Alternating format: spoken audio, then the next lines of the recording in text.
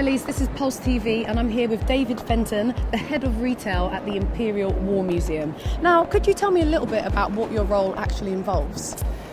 So I look after all the retail across the Imperial War Museum site. So we have 5 different museums, we have 8 different shops across those museums. So I'm in charge of all the retail aspects for the museum, so making money to support the museum's message and carry on with it really.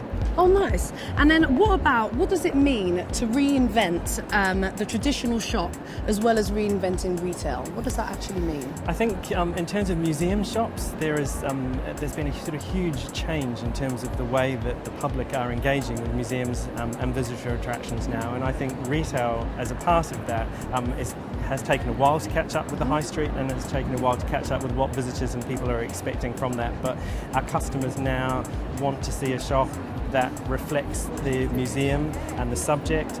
They don't want to just come and buy a pencil or a rubber. They actually want things that tell the story of what they've felt and what they've seen when they've been through the galleries. So it's extending that visitor experience into the shop, and the shop isn't just an add-on on the end. So it's really about reinventing that. Lovely. And then how have you managed to keep things fresh at the Imperial War Museum?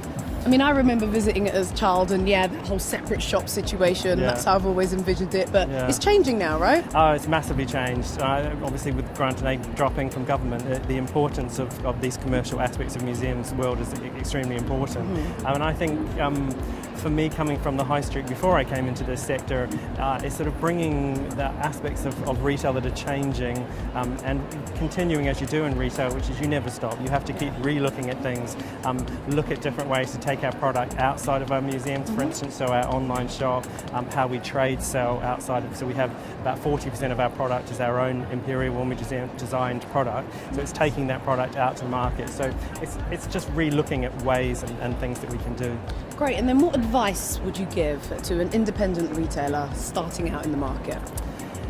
I think about who your customer is and who your visitor is. I always think it's a key thing, and you go into retailers and shops and you can see where they haven't really thought about what it is that their customer wants. And in terms of how we work in the museum sector, it's very, very fundamental that you bring product in that matches with what people are seeing around the rest of the museum. So I don't think it's right that you go into a museum shop and you just see product that doesn't relate at all to the experience or the subject or things that I suppose aren't kind of continuing that kind of message that the rest of the museum is trying to tell. And obviously our subject being conflict is a challenging one, but actually it can be a really exciting and interesting from a commercial aspect too.